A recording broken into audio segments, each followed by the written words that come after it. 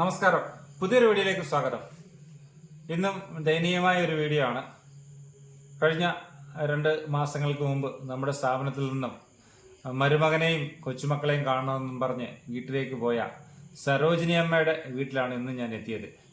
അവിടെ എത്താൻ കാരണം വാർഡ് മെമ്പറും പോലീസ് സ്റ്റേഷനിൽ നിന്നുമൊക്കെ നമ്മളെ വിളിച്ചു പറയുണ്ടായി, സരോജിനി അമ്മയും മോളും വളരെ അവശ നിലയിൽ കിടക്കുകയാണ്, എന്തെങ്കിലും ഒരു സ്ഥാപനത്തിലോ എന്തെങ്കിലും അവരെ ഹോസ്പിറ്റലാക്കണം എന്നൊരു സാഹചര്യം നമ്മൾ അറിഞ്ഞതിൻ്റെ അടിസ്ഥാനത്തിലാണ് നമ്മൾ അവിടെ ചെന്നത്.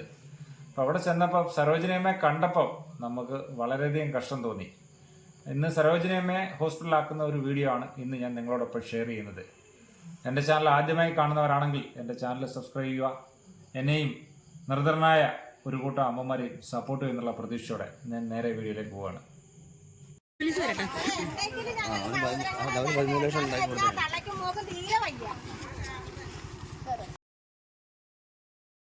ഞങ്ങള് സരോജിനിയമ്മയുടെ വീട്ടിൽ ചെന്നപ്പം സരോജിനിയമ്മ അവശ നിലയിലാണ്. അപ്പം സരോജിനിയമ്മയെ ഒന്ന് കുളിപ്പിക്കുകയും ഒന്ന് വൃത്തിയാക്കിയൊക്കെ വേണം. അപ്പോൾ അതിന് ഞങ്ങൾ എപ്പോഴും ഞങ്ങളുടെ വാഹനത്തിൽ കരുതിയിരിക്കുന്ന ഗ്ലൗസും തോർത്തും നൈറ്റിയും അല്ലെങ്കിൽ ആണുങ്ങൾക്കാണെങ്കിൽ ഷർട്ടും മുണ്ടും ഇതെല്ലാം ഞങ്ങൾ കരുതി വച്ചിരിക്കും.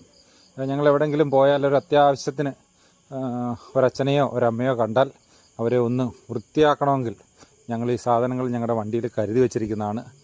അപ്പോൾ അതുപോലെ നമ്മൾ കരുതി വെച്ചിരുന്നതിൽ നിന്നെല്ലാം ഒരു സെറ്റ് എടുത്താണ് സരോജിനി അമ്മയെ കുളിപ്പിച്ച് വൃത്തിയാക്കുന്നത്.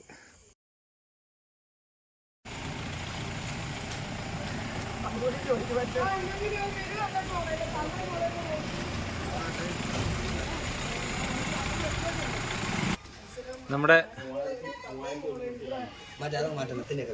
സരോജിനിയമ്മോ എണീച്ചേ. സരോജിനിയമ്മയുടെ വീട്ടിൽ സരോജിനിയമ്മയുടെ ഒരു അവസ്ഥ ഇതാണ്. സരോജിനിയമ്മോ, സരോജിനിയമ്മ വാ എണ്ണീര്. അപ്പോൾ നമ്മള് സരോജിനിയമ്മയുടെ വീട്ടിൽ വീണ്ടും വന്നിരിക്കുകയാണ്. 2 മക്കളെ നമ്മൾ കൊച്ചു കുട്ടികളെ 2നെ നമ്മൾ CWCയിലാക്കിയിരുന്നു. പിന്നെ വീണ്ടും അവരുടെ വീട് ഒരു മാസം കൊണ്ട് ഇതാണ് അവസ്ഥ. ഇതുകൊണ്ട് അടുക്കളക്കകമാണ് ഞാൻ ഈ കാണിക്കുന്നത്. അടുക്കളക്കകം കിടക്കുന്ന വൃത്തിയുടെ കണ്ടോ. 2 പേര് കിടക്കുന്നിടമാണ്. അപ്പോൾ ഇവരെ 2 പേരെയും ഒരു പ്രാവശ്യം നമ്മൾ സരോജിനിയമ്മയെ നമ്മുടെ സ്ഥാപനത്തിൽ നിർത്തിയാണ്. പിന്നിപ്പോൾ നമ്മൾ വീണ്ടും അവരെ വേറെ സ്ഥാപനങ്ങളിലേക്ക് മാറ്റുവാണ്. സരോജിനിയമ്മയുടെ സ്ഥിതി വീണ്ടും വളരെ മോശമാണ്. ശരി, കൊണ്ടുപോവാ. അതൊക്കെ അങ്ങ് ഊരിക്കള പോട്ടെ. പ്രായമുള്ള അമ്മയെ അതൊന്നും കാണിച്ചിട്ട് കാര്യമില്ല.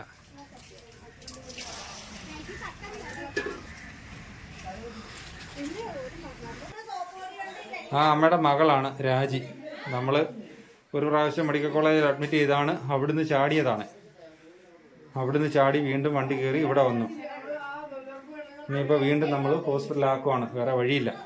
പോകാം നമുക്ക്. ആ എടുക്കാം സുരേഷ് ചേട്ടാ. മെമ്പർ അദ്ദേഹം നമ്മളിപ്പം സരോജിനിയമ്മയും മകളെയും പല പ്രാവശ്യം നമ്മൾ ഹോസ്പിറ്റലാക്കിയതാ. ഇപ്പോഴും മെമ്പർ നാട്ടുകാരുടെ കയ്യിൽ നിന്നൊക്കെ കാശ് പിരിച്ചാണ്.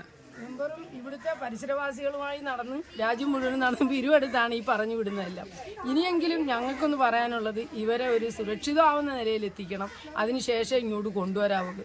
കാരണം ഈ ഒരു അവസ്ഥയിൽ ഇവിടെ കൊണ്ടുവന്ന ആൾക്കാർക്ക് ബുദ്ധിമുട്ടാണ്. തുണിയില്ല, അതുപോലെ തന്നെ രാജ്യത്തുള്ള ആൾക്കാരെ എല്ലാം ചീത്ത വിളിക്കുക, ഓരോ വീട്ടിന്റെ വാതിക്കെ കൂറി എടുത്തും കയറിയാണ് ചെല്ലുന്നത്. സരോജിനിയമ്മ നല്ല രീതിയിൽ നിന്നുകൊണ്ടിരുന്ന സരോജിനിയമ്മയെ മാതൃജ്യോതി കൊണ്ടുപോയത് സരോജിനിയമ്മ നല്ലതാകുകയും 2 മാസത്തോളം അവിടെ നിൽക്കുകയും ചെയ്തതാണ്. അവരെ മാന്യമായ രീതിയിലായിരുന്നു അന്ന് അവിടുത്തെ ഇടപെടലും അവരെ നോക്കിയതും. അതുകൊണ്ട് ഇനിയും നിങ്ങളുടെ സഹകരണത്തോടുകൂടി അവരെ നല്ല രീതിയിൽ കൊണ്ടുപോകണമെന്ന് എനിക്ക് പറയാനുള്ളൂ. സാറിന് എന്താ പറയാനുള്ള ഇപ്പൊ ഇങ്ങനെ ഒരു സാഹചര്യം സാർ ഇവിടെ ചെയ്യണമെന്നുള്ളതാണ് നമ്മുടെ സമൂഹത്തിനും നല്ലത്. സാറ് വന്നതിന് സന്തോഷം. വിളിച്ചപ്പോൾ സാർ നിങ്ങൾ എത്തിയതിൽ ഷെഫീഖ് സാറേ സന്തോഷം. ജയശ്രീയും തന്നെയും ചേർന്ന് അവരെ വൃത്തിയാക്കുന്നത് ഞാൻ കാണിക്കുന്നില്ല. സരോജിനിയമ്മേ, ഈ വെള്ളം കുടിച്ചാട്ടെ. സരോജിനിയമ്മയുടെ കോലം കണ്ടിട്ട് നമുക്ക് പോലും വിഷമം തോന്നുക.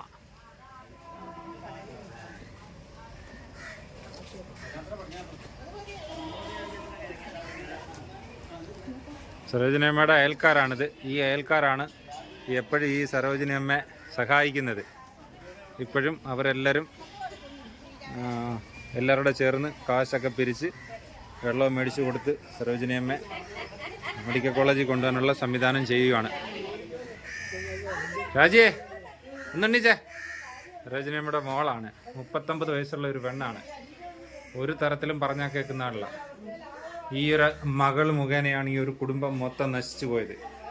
ഒരസുഖങ്ങളും ഇല്ല, മാനസികമായിട്ടൊരു ഒത്തിരി പ്രശ്നമുണ്ടെന്നല്ലാതെ മറ്റ് പ്രശ്നങ്ങളൊന്നുമില്ല. ആരോഗ്യപരമായിട്ടോ ഉള്ള ഒരു പ്രശ്നങ്ങളുമില്ല. എന്നാൽ എല്ലാ കാര്യവും എപ്പോഴും രാജിക്ക് അറിയാം. ഈ വീട് കിടക്കുന്ന കണ്ടീഷൻ കണ്ടോ. തിരുവനന്തപുരത്ത് ഹോസ്പിറ്റലാക്കിയതല്ലയോ, നീ അവിടുന്ന് ചാടി വന്നോളല്ലയോ? ഇങ്ങോട്ട് നോക്കിയ രാജിയെ, നിന്നെ തിരുവനന്തപുരത്ത് ആക്കിയപ്പോഴേ നീ ചാടി വന്ന എന്തിനാ? നിന്നെ ആശുപത്രിയിലാക്കിയതല്ലയോ, അവിടുന്ന് എന്തിനാ നീ ചാടി വന്നേ? നിനക്ക് എന്തെങ്കിലും അറിവോ ബോധമോ ഇല്ലാത്തവളാണോ? നീ തിരുവനന്തപുരത്ത് നിന്ന് ബസ് കയറി നിന്റെ വീടിൻ്റെ അടുത്ത് ഇറങ്ങി അവിടുന്ന് ഓട്ടോ ഓടിച്ച് നിനക്ക് വീട്ടിൽ വരാൻ അറിയാമായിരുന്നല്ലോ. കൊച്ചേ, നീ ഒരു ഒറ്റ പെണ്ണ് മുഖേന നിന്റെ കുടുംബത്തിലുള്ള എല്ലാവരും നശിച്ചില്ലയോ? നമ്മൾ സരോജിനിയമ്മയെ മെഡിക്കൽ കോളേജിലാക്കുവാണ്. വീണ്ടും ആംബുലൻസിന് വിളിച്ചു വരുത്തിയാണ്. നാട്ടുകാരാണ് ആംബുലൻസിന് കൊടുക്കാനുള്ള കാശ് കളക്ട് ചെയ്തിരിക്കുന്നത്. അവരുടെ നാട്ടുകാരാണ് ഈ കാണുന്നത്, എല്ലാം അവരുടെ നാട്ടുകാരാണ്. അവർ അയൽവാസികളാണ് ഈ കാണുന്നത് മൊത്തം. എവിടെ പോയാലും നമ്മുടെ സുരേഷ് ചേട്ടനും ജയശ്രീയാണ്.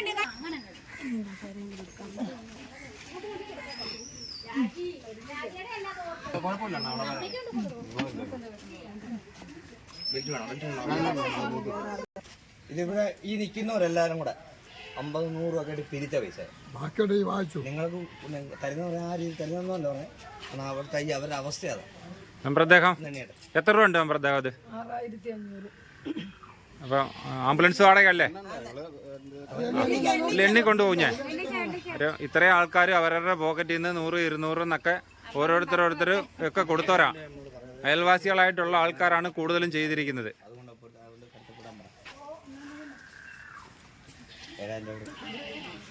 അങ്ങനെ അമ്മ ആംബുലൻസിൽ കൊണ്ടുപോവാണേ.